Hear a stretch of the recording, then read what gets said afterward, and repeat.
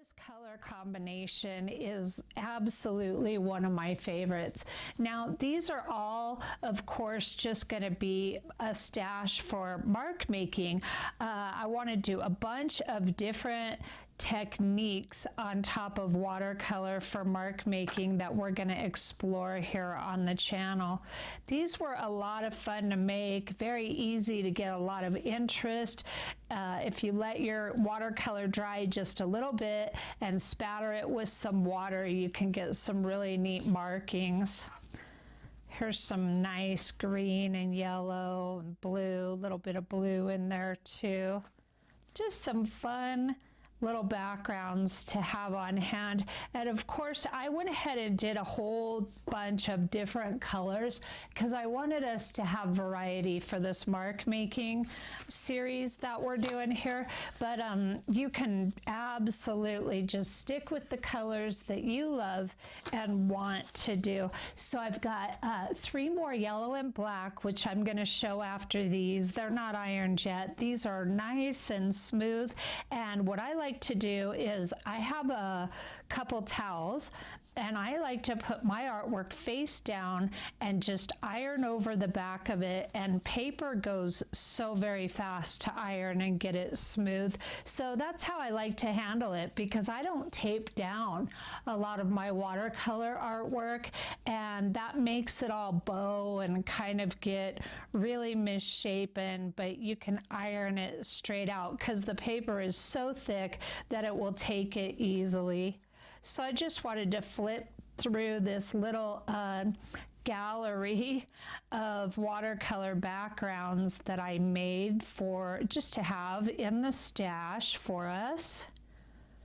And I'm really excited to do different techniques on here. I've already thought of a few different ways to mark make on these really cool little papers.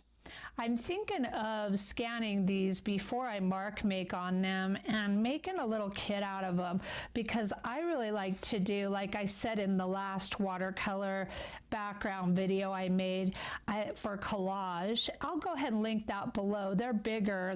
That's a cool video. It shows a little bit different technique than this, so I will link that. But the thing I love about having a watercolor background is these are great for collage, but watercolor paper is so thick that it makes it tough to collage with this paper. So I like to watercolor my paper and scan it, and then you can print it out on just regular old printer paper or whatever kind of paper you want to use, and you can get a much easier to work with paper like that. So that's what I like to do with these. Here's some like a dusty rose pink with some black, and then I just spattered a bunch of water on here to get those that cauliflower effect.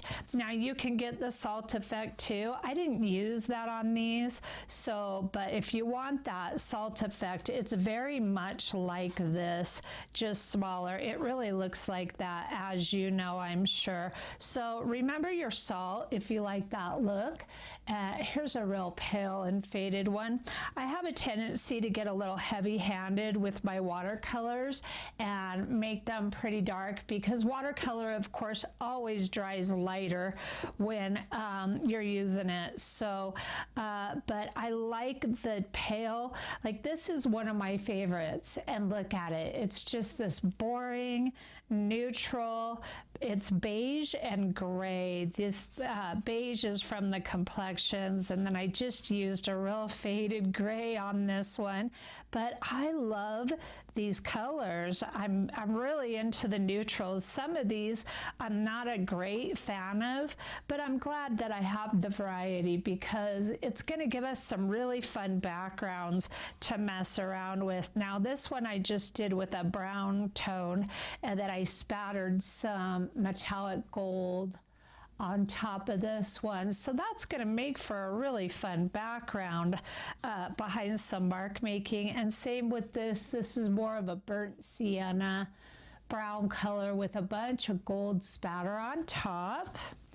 And then here's this last one of this real burnt orange and yellow, kind of pale yellow looking paper with some water spatters on it. So really a nice little group of fun little watercolor backgrounds, and I will go ahead and make these into a little paper kit. If you're not real interested in watercoloring, but you still want to have the backgrounds, I'm happy to do that, and then I will come pop back in and let you know when that's available. So I made 3 others of these yellow and black, the Inca yellow and black. And you know, black goes with anything, and I definitely want to make some more watercolor backgrounds. By the way, these are 9 by 4 inch. I like these long rectangles. I've always liked to create and work with this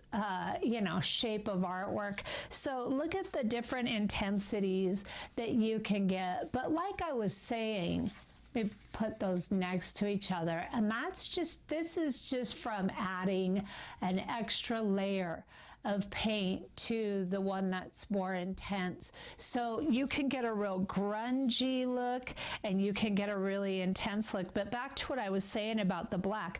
Black goes with everything. So I really enjoy it with the Inca, but I definitely want to mix just black with some other colors, and I might just do a whole video on that alone. So if you're into seeing that, let me know in the comments section below, and I'll be sure to put it on my list. My list is pretty long right now, but I would love to add that. I think it would be really great. Now, one other thing that is so cool about these Prima watercolors, and this is a very great example of it. A lot of the Prima watercolor colors, say that fast 3 times. They granulate naturally without any granulating medium. So if you like that broken up granulated look, I have been really happy with a lot of the Prima colors because they do it very naturally. Now it's a gamble, so if you want to make sure that your colors granulate, of course you just get yourself a granulating medium. And if you're not sure what I mean, it's all of this just really rough, broken up paint, how it kind of breaks apart. That's what I'm talking about there. So just in case you weren't familiar with the term granulating. So look at how cool that is. One more time, the different levels of intensity, and this is straight across the board for any color.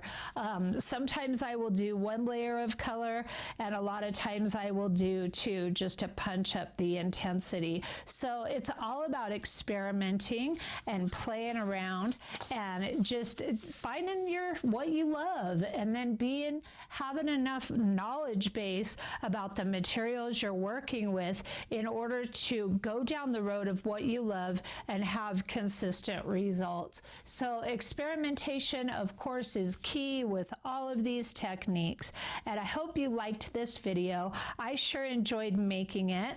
And we're going to do a bunch of mark making on top of these backgrounds. So if you haven't subscribed yet, hit the button, hit the bell, do all this stuff for me. I really appreciate it. It means a lot to me, and it helps me a bunch. And I will see you very soon, and we're gonna spruce these up with some really cool mark making very soon. See you then. Have a good one.